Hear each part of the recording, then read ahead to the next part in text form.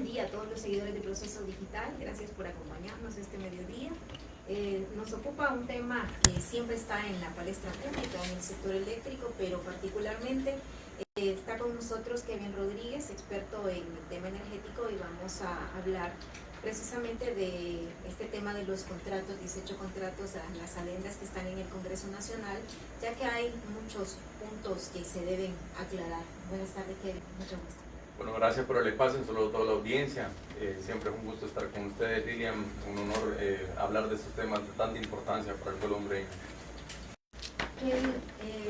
Entendemos que, bueno, para empezar, están estancados estos contratos en el Congreso Nacional, ni siquiera pues hay un llamado a reunión nuevamente en el Congreso.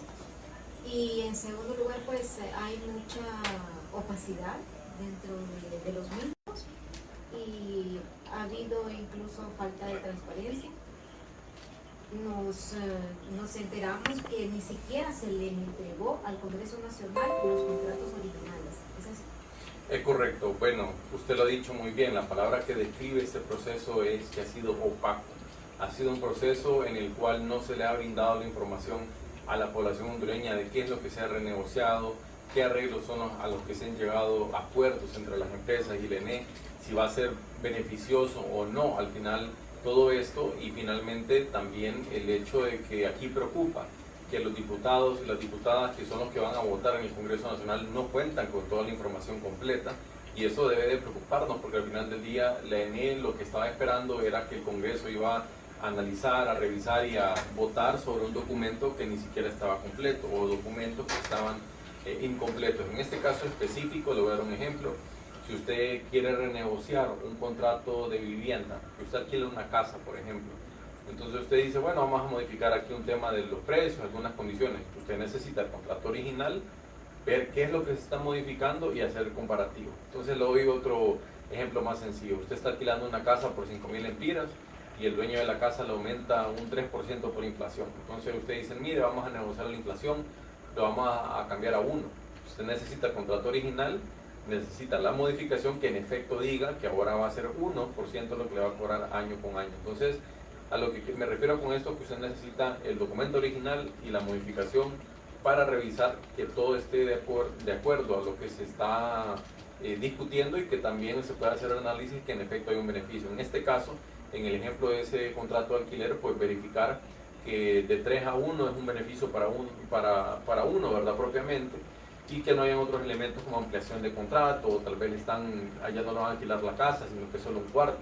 Entonces usted decir, bueno, me está dando un descuento en la indexación, que es ese 3% que pasa a 1, pero ya no me va a alquilar los 5 cuartos de la casa, sino que solo me va a alquilar 2. Entonces, todo eso, ese análisis que tienen que hacer los diputados del Congreso Nacional, se necesita el contrato original. Entonces aquí lo que ha quedado evidenciado es que el ENE no compartió esta información. Han pasado 22 meses desde que el ENE estaba obligada a renegociar estos contratos.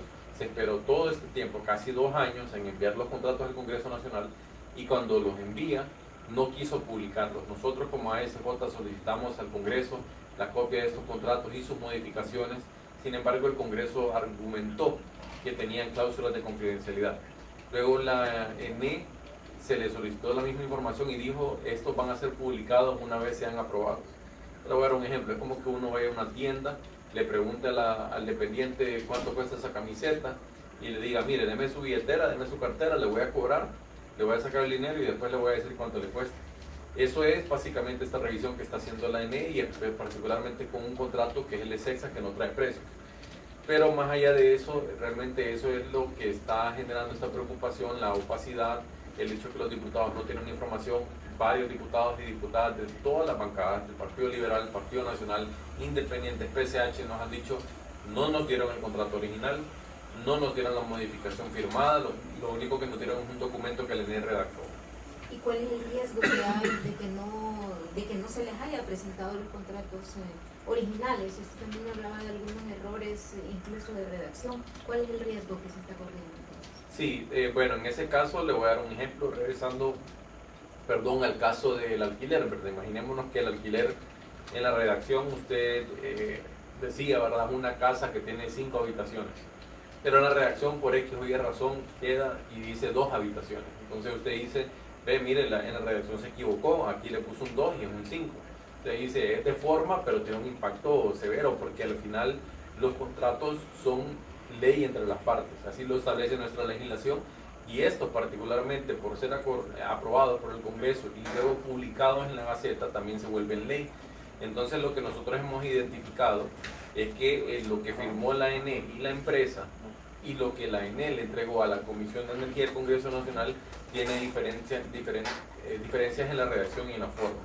Hay algunas que cambian la fórmula, son errores que uno podría pensar que son menores, pero como ya le decía el ejemplo de la casa, decir que usted está alquilando una casa con 5 cuartos a que le digan una casa y solo puede usar 2 cuartos es una diferencia importante, a pesar de que la redacción se ve como pequeña o mínima. Entonces, en este caso específico, lo que nosotros hemos identificado es que dentro de esa redacción que hizo la ENE cometió errores que inciden en la fórmula, y regresamos al tema de los costos. Estos son contratos que tienen fórmulas matemáticas que son las que se utilizan para calcular la factura que la ENE va a pagar. Entonces, si el contrato en la fórmula trae un error que no permite poder hacer el cálculo oficial, entonces eso genera un contingente legal para los técnicos del ENE, los que se encargan de facturar, incluso la propia CRE. Entonces, por eso, típicamente estos procesos lo que implican es que se envía el proyecto de ley en una redacción y se envían los contratos. Le voy a dar un caso, el BID, el fondo, cualquier contrato, especialmente los que se han aprobado de parte del BESI y del BID. Se firma un contrato entre la institución de gobierno y el banco multilateral que va firme y lleva sello.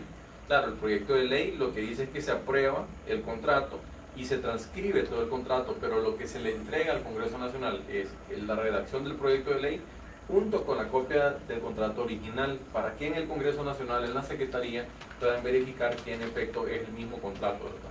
Porque incluso hay situaciones en las que han habido casos de corrupción en Honduras, ustedes ya lo conocen, le han dado la cobertura de proyectos que lo que se aprobó no es lo mismo que se publicó.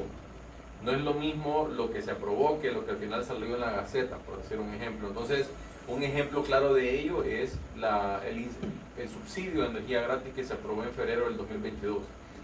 Lo que se aprobó en sesión no es lo mismo que lo que se aprobó ya en el documento legal, y no es lo mismo con lo que se publicó. Son 3 documentos diferentes. Entonces, al final eso deja vacíos legales que son bastante delicados, y en ese sentido por eso es que se ha hecho este llamado a las autoridades de que esto tuvo que haber sido un proceso transparente, pero no lo ha sido, es la realidad. Entonces, sí, esos son los elementos que nosotros hemos hecho la denuncia, pero también aquí nosotros dejamos evidenciado que el ENE no le había entregado toda la información a los diputados. Entonces, ¿cómo esperaban ellos que los diputados hicieran sus análisis para poder decidir si votan para aprobar o improbar? ¿Y estos errores se supone que han sido voluntarios, involuntarios? ¿Qué consideran ustedes que han visto? Incluso los contratos originales, porque sabemos que las empresas sí se los entregaron a ustedes como eso. Es correcto. De hecho, nosotros aquí aprovechamos el espacio para reconocer la buena voluntad que han tenido las empresas en poder compartir las modificaciones, estas adendas con nosotros. Nosotros las hemos conocido y las utilizamos para hacer el análisis. De hecho, validamos los datos también con ellos para poder tener esa certeza. Entonces aquí, si el doliente nos está corroborando los datos, yo no sé por qué la ENE lo quiere venir a cuestionar. Entonces, al final esto se pudo haber evitado si se hubiera hecho un proceso transparente. Eso es lo que se pidió desde un inicio, pero no han querido ser transparentes, han negado la información. Y el doctor Pino argumenta, o la diputada Ligia argumentan que ellos han sido transparentes, pero son 2 personas. Al final, cuando uno como ciudadano hace una solicitud de información, la hace al Congreso Nacional a través de una plataforma, y quien responde es el secretario Carlos Zelaya. Si él dice no se comparten, pues no se comparten. Entonces hay que entender eso, por parte del ENE también esa opacidad de compartir la información, pero aquí lo que tiene que preocuparnos a nosotros es que no se está hablando de temas de políticos. Aquí se está hablando de lo que usted va a pagar para los próximos 15, 20 años en su casa, en su negocio. De esta negociación, si es buena o es mala, nosotros hemos concluido que no hay ahorro, más bien la ENE va a terminar pagando más en el largo plazo. Esto al final, quien se queda con esa factura es usted, porque los funcionarios son pasajeros. Los funcionarios del ENE van a cambiar cuando cambie el gobierno. los diputados y diputadas van a cambiar con el proceso electoral, pero quien se va a quedar con esa factura, con esa deuda y con esa obligación de pagar estos costos va a ser el pueblo hondureño. Entonces ese llamado a reflexión también a los diputados se hace en el sentido que tengan conciencia de que lo que van a votar se haga de la manera correcta. Nosotros hemos especificado cuáles son los contratos que tienen ciertas inconsistencias, el de Brazabola Sexa, y hay que aprovechar también, mire qué interesante, nosotros creamos un sitio web en el que usted puede encontrar los 18 contratos, un análisis legal, un análisis económico, para poder entender mejor esta discusión, y también es una herramienta legislativa para que los diputados la puedan utilizar. La ENE, al ver esto, decidió publicar un sitio web en el que subió todas las modificaciones y nos parece bien. Lo hicieron después de nosotros, pero nos parece que tarde, pero se reconoce el esfuerzo. Cuando subieron los documentos, yo lo revisé inmediatamente y dije que bueno, reviso los 18 contratos y resulta ser que el contrato de Brazabola Sexa uno lo descargaba y le aparecía el de ICE. Entonces yo le escribí a algunas personas del gobierno, decía hay un error, no sé si lo van a corregir. Pasaron 12 horas, al día siguiente, a la mañana lo revisé, no lo han corregido, lo voy a subir en mis redes sociales, en mi Twitter. Entonces yo grabé un video y ahí está la prueba. Les dije, miren, uno quiere descargar el contrato de Sexa, pero le aparece otro. ¿Esto fue intencional o accidental? Qué extraño que este es el contrato que nosotros hemos estado denunciando y es el que pareciera que se quiere crear una confusión, ¿verdad? Nosotros no queremos creer eso. Sin embargo, eso es lo que se puede percibir. Entonces, el tema de estos contratos tiene que ser de interés para el pueblo hondureño, porque este en específico, por estar generando con diésel, nosotros lo advertimos en abril, va a aumentar la tarifa. Podría aumentar un 4%, siendo bastante conservadores, y al final la tarifa aumentó un 16%. Y el costo de esta planta ya se sintió, lo decía el presidente del sindicato, Miguel Aguilar. Esa planta, lo que generó en abril, mayo, ya impactó en ese aumento que se tuvo en la tarifa. Entonces, lo que nosotros advertimos se ha convertido en una realidad. El tema de los apagones, de la misma manera, también lo advertimos desde el 2021, sin embargo, pues no se han tomado las decisiones correctas en ese sentido. Y para finalizar a esta pregunta, Lilian, regresando al tema de la transparencia, aquí realmente preocupa también que el diputado Noé Pino dice que ellos se van a enfocar en 3 contratos. Exactamente, sí, por contrato. Nosotros, ¿Hay más de esos 3 contratos sí, que habría que revisar? definitivamente que sí. Primero que todo se tienen que revisar los 18. El aspecto legal, el aspecto técnico y el aspecto económico. Todos se tienen que revisar. Pero de los que nosotros hemos identificado surgen 2 primero. 2 contratos que no estaban en operación comercial cuando se inició todo este proceso. La ley es clara, el artículo 4 de la ley de energía le dice al ENE, usted tiene que renegociar precios de contratos de plantas que están en operación. Si estas plantas no quieren renegociar, se les va a expropiar vía justiprecio. Eso es algo bien delicado. Pero yo le hago esta pregunta, ¿podría usted expropiar una planta que no existe? No puede expropiar un papel. Entonces, evidentemente, la ley estaba orientada en plantas que están en operación comercial. ¿Qué sucedió?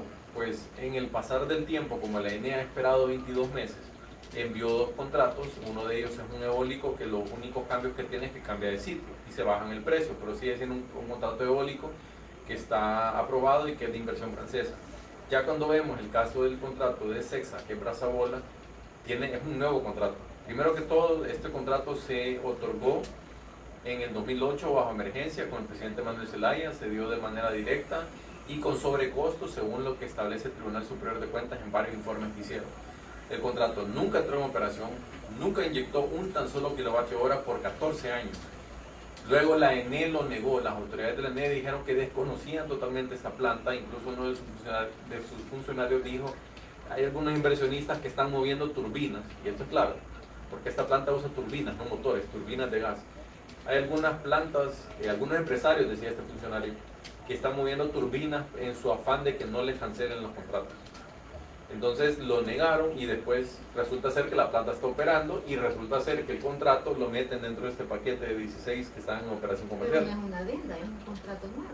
Es una adenda a un contrato que nació en 2008, pero realmente aquí queda la pregunta, ¿es una adenda o cuántas? Porque le cambiaron.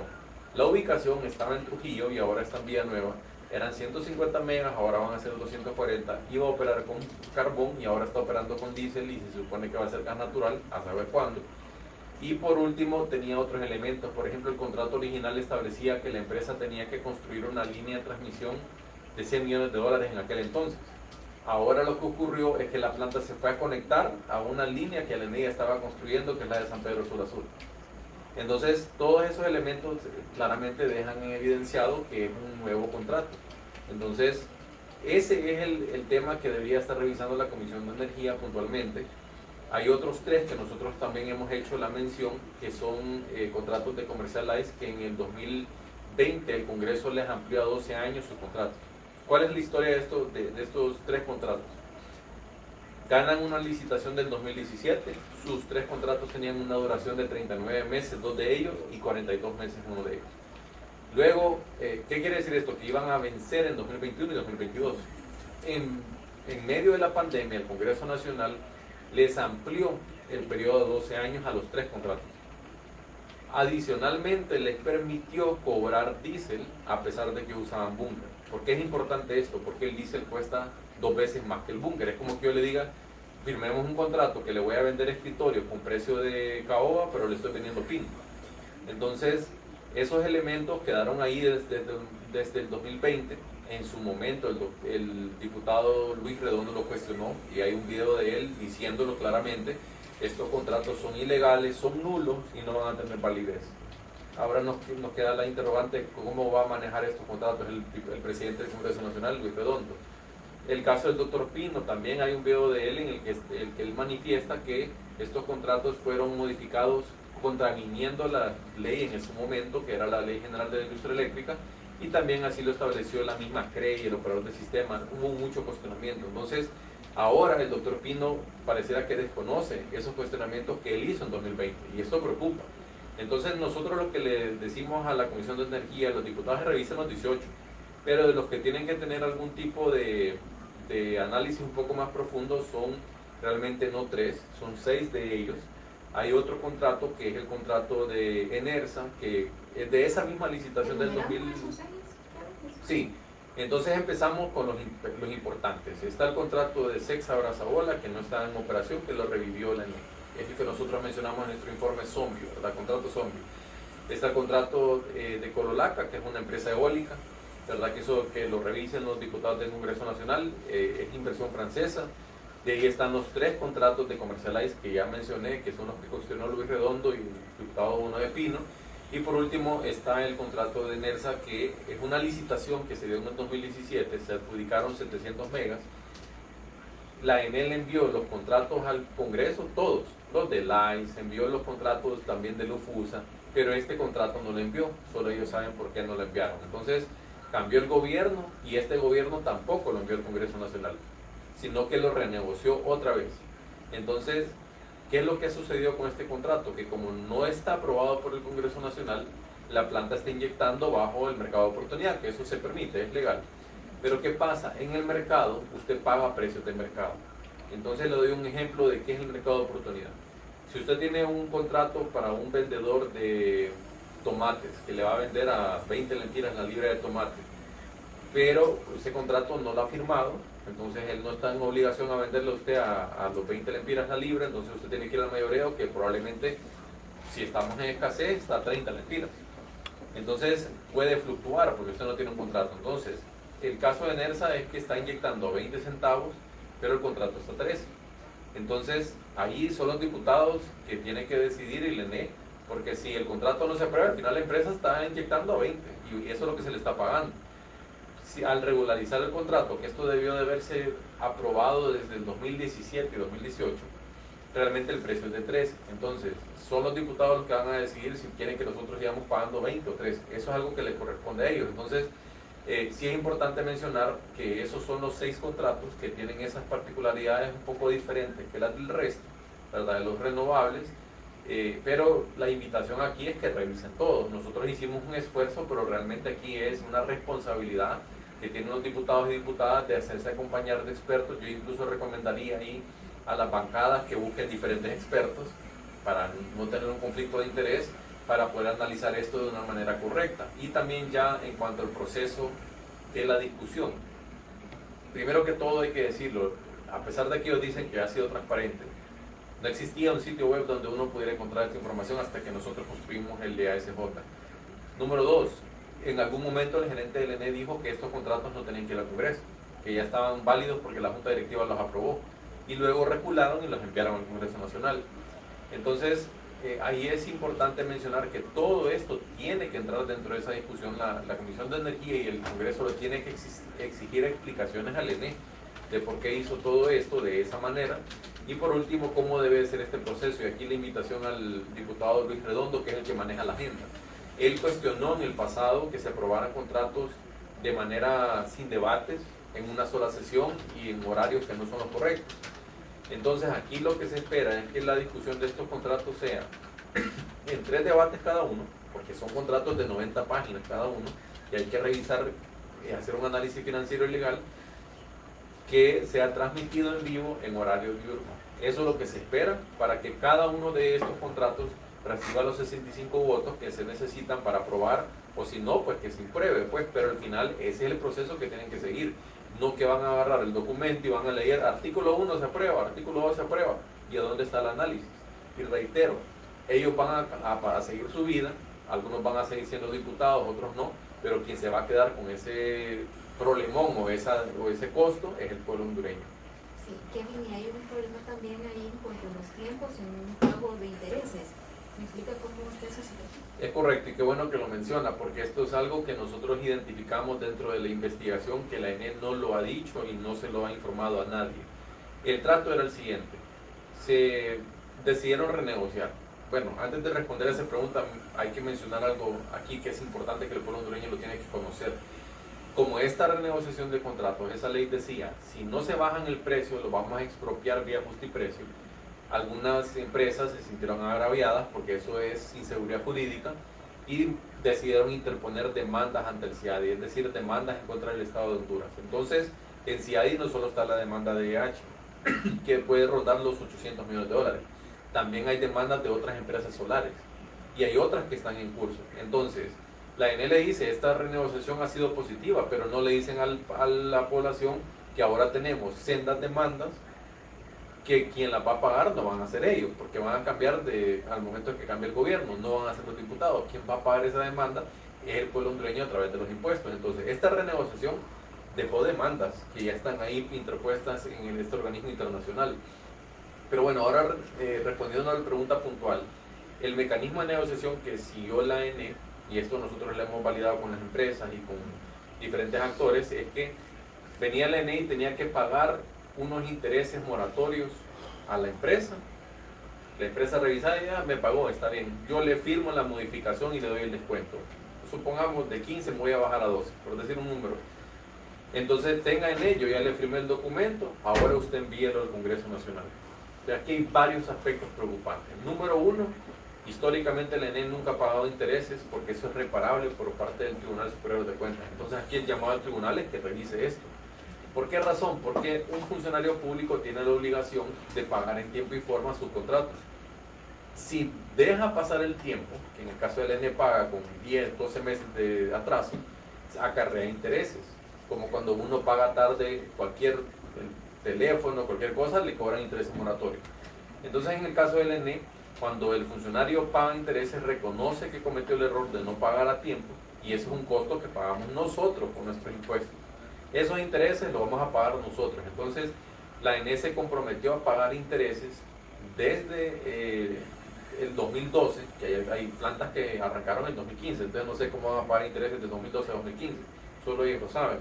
Pero al final, el tema aquí es, la ENE se comprometió a pagar intereses, que eso es reparable por parte del Tribunal Superior de Cuentas. Número 2, según lo manifestó el gerente de la ENE, ellos hicieron el 70% de este pago, algunas empresas les pagaron completo, otras parcial, en diciembre del 2022. Entonces, si el mecanismo era, usted me paga a mí los intereses, yo le firmo la modificación con el descuento y usted agarra esa modificación y la manda al Congreso para que se apruebe y a nosotros nos rebajen la tarifa, ¿por qué la ENE pagó en diciembre del 2022 y no mandó esto al Congreso? Porque estuvo chineando estas modificaciones ahí por más de un año. ¿Qué es lo que estaban esperando? Me imagino que estaban esperando meter este otro contrato que no estaba operativo en 2022. Entonces, eso tiene un costo de miles de millones de lempiras, que al final la ENE no ha dicho nada, porque usted me pregunta sobre este tema de los intereses. No sabemos cuánto pagó la ENE. Estamos hablando que eso pueden ser fácilmente en los cientos de millones de dólares, pero no tenemos información porque el ENE no ha dicho nada. Es más, yo creo que el pueblo hondureño no sabía que el ENE ya pagó eso en diciembre del 2022, si no es porque nosotros hacemos estas denuncias y ustedes le dan la cobertura, y que ustedes también son incisivos en preguntarles a las autoridades para exigir rendimiento de cuentas. Entonces, ese tema de los intereses es importante que el pueblo hondureño sepa. El acuerdo era, la ENE le paga al generador, el generador firma el descuento y la ENE manda el descuento al Congreso para que se apruebe. Desde octubre y diciembre del 2022 tenían eso ellos ahí y lo guardaron, lo tuvieron retenido. Entonces, por eso es que me gusta tanto esa reflexión, ¿verdad? Porque que dice la ENE es de todos, es de nadie. Porque al final, como no es una empresa de ellos, al final es una empresa pública, les es indiferente, al final no les cambia el salario a los funcionarios si la empresa está en quiebra o está rindiendo. Entonces, como no es dinero que a ellos les afecta, esperar ahí tanto tiempo no les hace una realmente afectación mayor, a nosotros sí, definitivamente. ¿Y por qué? Y aquí cierro esta otra pregunta, Lilian, ¿por qué es importante esto? Porque los contratos renovables, y aquí es donde viene el análisis que nosotros concluimos que la ENE en lugar de ahorrar va a pagar más, los contratos, la ENE les está ampliando el tiempo. Entonces supongamos en el ejemplo del alquiler de la casa, viene usted y le dice a la persona, mire, deme un descuento, yo le voy a seguir pagando los 5.000 lempiras de alquiler, pero ya no me esté ajustando al 3%, sino que al 1%. Ok, le dice. Pero el dueño de la casa le dice, Lilian, pero vamos a ampliar el contrato, usted lo tenía por 1 año, ahora va a ser por 3. Entonces, usted tiene que hacer esa matemática para ver si le sale rentable o no, porque probablemente el alquiler en el tiempo, usted encuentre una casa en el futuro por 3.000 lempiras por el mismo tamaño, pero como ya se comprometió en el tiempo, ya no lo puede hacer. Entonces la ENE amplió plazos y también amplió la cantidad de energía que puede vender la empresa. Entonces, cuando se hace el análisis, realmente la ENE no está ahorrando en el largo plazo. ¿Qué es lo que está sucediendo? Primer tema. Yo sé que esto es bastante complicado, pero es importante que el pueblo hondureño lo conozca. Los contratos renovables solares y eólicos iban a caer en precio con o sin renegociación, porque los incentivos eran temporales, duraban 10 años, otros 15 años. Entonces, como las plantas arrancaron en el 2015, ¿qué creen ustedes que va a pasar a mediados del 2025? El precio va a caer a 12 centavos con o sin renegociación. Entonces, como la ENE ha estado chineando por tanto tiempo esto, si se llegaran a aprobar estas adendas en el 2025, por ejemplo, la rebaja va a ser de 12 a 11, aunque ellos se lo quieren vender a la gente que es de 20 a 11.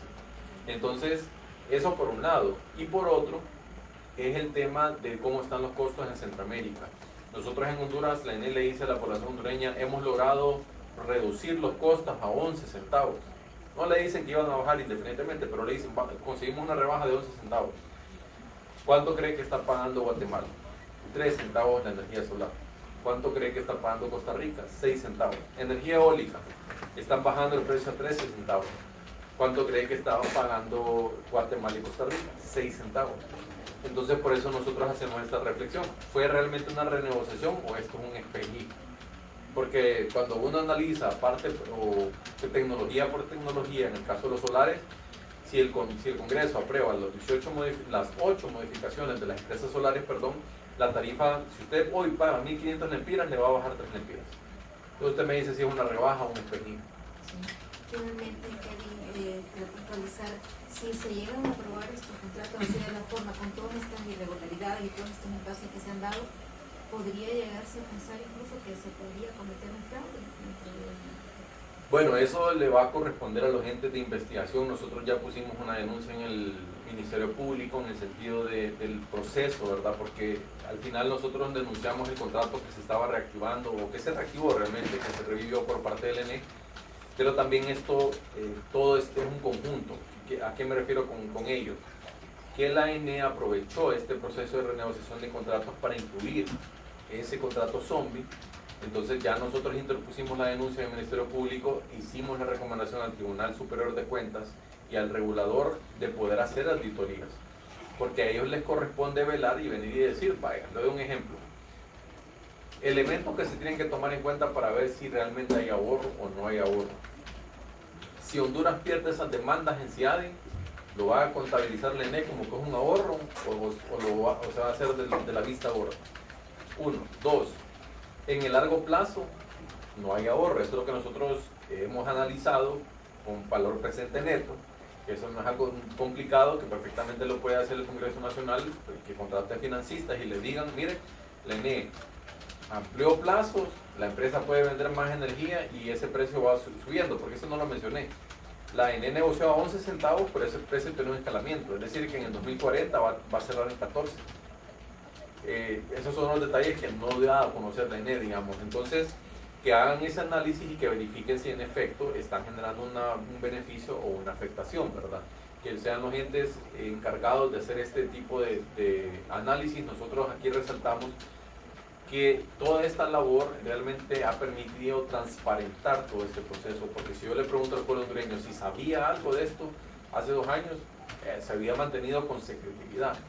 Entonces sí es importante mencionar esos elementos. Nuestra conclusión es que no hay ahorro. En el corto plazo sale más barato, más caro en el largo plazo.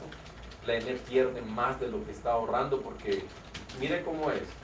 Nosotros estimamos que la ENE va a ahorrar 3.000 millones de lempiras al año. Ellos estiman 1.000 millones. Nosotros estamos siendo más acertados en los números porque lo hicimos con apoyo también de especialistas, expertos. En total fueron 9 expertos entre instituciones, especialistas y 8 empresas.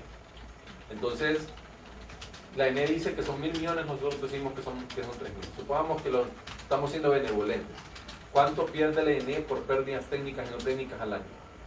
14.000 millones de lempiras fue lo que perdió en 2023. Usted pierde varias veces más de lo que va a ahorrar, porque este ahorro, un lempira que la ENE ahorre, es un lempira que usted le tiene que trasladar en ahorro, que significa que el ENE no se va a recuperar financieramente, porque esto pasa, esto simplemente se traslada a la tarifa. Lo que va a recuperar financieramente el ENE es el tema de las pérdidas. Entonces, esta renegociación de contratos, número 1, no resolvió el problema de los apagones, lo dijimos desde un inicio. Esta renegociación de contratos no resuelve la situación financiera del ENE, porque eso está en las pérdidas. Y esta renegociación de contratos no genera un ahorro, porque cuando se hace el análisis, al final se va a terminar pagando más de lo que se va a ahorrar, sin contar las demandas y demás. Y cierro con esta reflexión, porque es importante decirlo. En el mejor de los escenarios que nosotros calculamos y estimamos, la rebaja, si el Congreso aprueba 17 contratos, los 16 que están en operación y el eólico, que son todos los que podrían generar una rebaja, sería de un 6% la rebaja. Pero ¿cuánto cree que ha aumentado la tarifa en este 2024? 20%. Entonces el ENE le aumentó 20% primero y después le bajó 6%. Usted me dice si fue una renegociación, una rebaja o un espejismo, porque usted me va a decir, no sé, si me está subiendo 20 para bajarme 6, me está dejando peor que como yo estaba. Entonces, sí es importante decirlo, la única manera de abaratar costos es con licitaciones, por eso nosotros tenemos una frase que dice, sin licitación es corrupción. Muchísimas gracias, Kevin, por su amplia explicación de esta situación de este contrato que es tan importante conocerlo, porque al final, pues como lo dice usted, viene a impactar el bolsillo de todos los hondureños. A todos nuestros seguidores, muchísimas gracias por su atención.